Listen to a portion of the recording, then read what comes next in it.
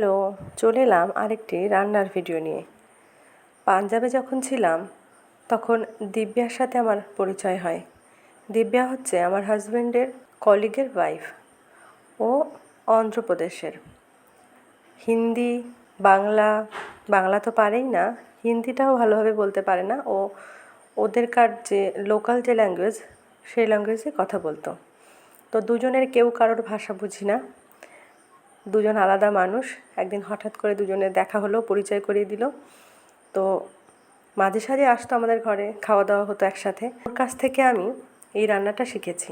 তো এটাই আপনাদের সাথে শেয়ার করব। প্রথমে চিকেনটাকে ধুয়ে লঙ্কার গুঁড়ো মাখিয়ে রেখেছি।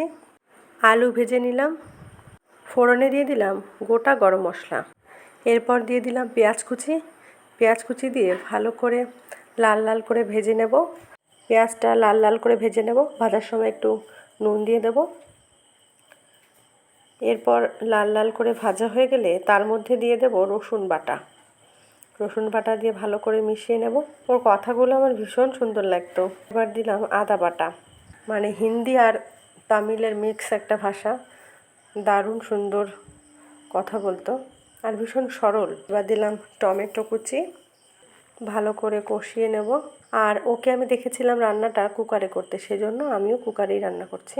কষানোর সময় নুন দিলাম একটু। এবার দিয়ে দিলাম আগে থেকে লঙ্কার গুঁড়ো মাখানো চিকেন। ভালো করে কষাবো। এবার ম্যাক্সিমাম রান্নাটা কিন্তু কষানোর সময়ই হয়ে যাবে। সুন্দর করে কষিয়ে নিতে হবে আর তারপর দিতে হবে গরম জল। আমি ভালো করে কষিয়ে নিচ্ছি। নুন হলুদ যেটা বাকি থাকবে সেটা কষানোর সময় দিয়ে দিতে হবে। দিয়ে দিলাম নুন, দিয়ে দেব হলুদ। আপনারা নিশ্চয়ই লক্ষ্য করেছেন আমি কিন্তু মশলা কষানোর সময় জিরে বাটা কিন্তু দেইনি। জিরে বাটাটা একদম শেষে যখন রান্নাটা হয়ে যাবে, গরম মশলা দেওয়ার পরে আমি জিরেটা জাস্ট মিক্স করে দেব। আমি ওকে ওইভাবেই দেখেছি দিতে। প্রথমে ভাবছিলাম কি জানি কেমন হবে খেতে, এইভাবে তো কোনো দিন দেখিনি। কারণ আমরা সব দিনই রান্না করি, রান্না করার সময় মশলাটা কষিয়ে দিই, বিশেষ করে জিরে, অন্যান্য মশলা।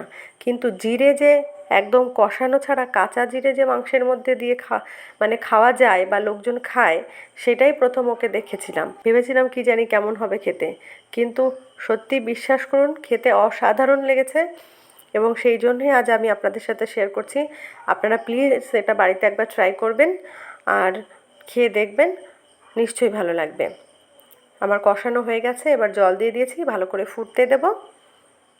আপনারা চাইলে এর মধ্যে একটু কাঁচা লঙ্কাও অ্যাড করতে পারেন। আমি মোটামুটি লঙ্কার গুঁড়োটা বেশ মোটামুটি যাতে স্পাইসি হয় সেরকমভাবেই দিয়েছি।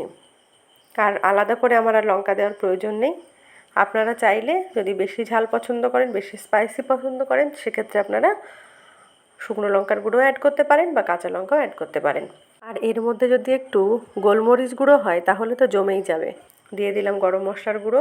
এবার দিয়ে দেব জিরে বাটা, কাঁচা জিরে বাটা দিয়ে ভালো করে নেড়ে চেড়ে নিলেই আমাদের চিকেন রেডি। কেমন লাগলো ভিডিওটি কমেন্টে জানাতে ভুলবেন না। ভিডিওটি ভালো লাগলে একটি লাইক, কমেন্ট ও বন্ধুদের সাথে অবশ্যই শেয়ার করবেন।